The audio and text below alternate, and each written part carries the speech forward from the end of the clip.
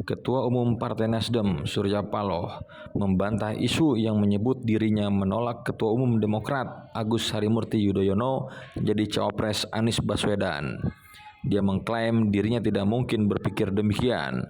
Paloh pun menampik isu tersebut yang kemudian membuat cawapres pendamping Anies hingga kini belum diumumkan.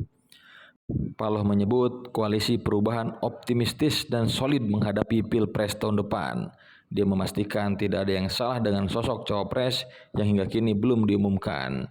Menurutnya, Anies dan koalisi tengah memikirkan matang-matang sosok yang akan mendampingi.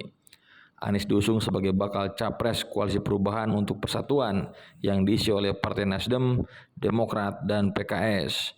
Dalam piagam kerjasama yang ditandatangani ketiga partai, Anies diberikan mandat penuh untuk menentukan sosok cawapresnya. Demokrat dan PKS belakangan mendesak Anies untuk segera mengumumkan sosok cawapres yang mendampinginya. Namun hingga kini sosok itu masih belum diungkap Anies. Sebelumnya, anggota Majelis Tinggi Partai Demokrat Syarif Hasan menanggapi isu Zanuba Arifah Kahfsos atau akrab disapa Yeni Wahid menjadi cawapres dari Anies. Sebaliknya, kata Syarif, jika ingin menang pada Pilpres, Anies memilih Ketua Umum Partai Demokrat AHY. Elektabilitas AHY sebagai cawapres dalam banyak hasil survei juga unggul dari Yeni Wahid.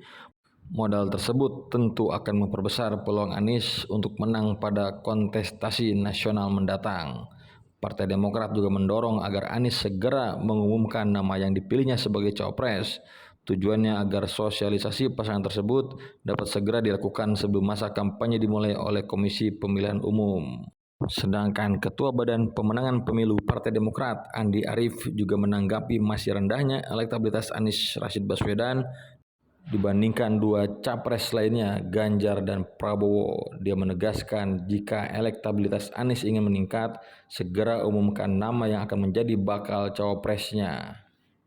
Di sisi lain, Ketua DPP PDIP Said Abdullah membayangkan baca pres Ganjar Pranowo bersatu bersama Anies Baswedan dalam memimpin Indonesia. Said menilai keduanya bakal menjadi sebuah kekuatan. Namun, Said mengklarifikasi pernyataannya tersebut. Dia menyadari wacana itu sekedar berandai-andai yang tidak nyambung.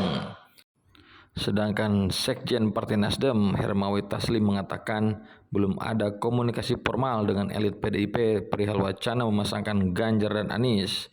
Hermawi menyebut sejumlah elit Nasdem dan PDIP memiliki komunikasi yang baik sejak dahulu.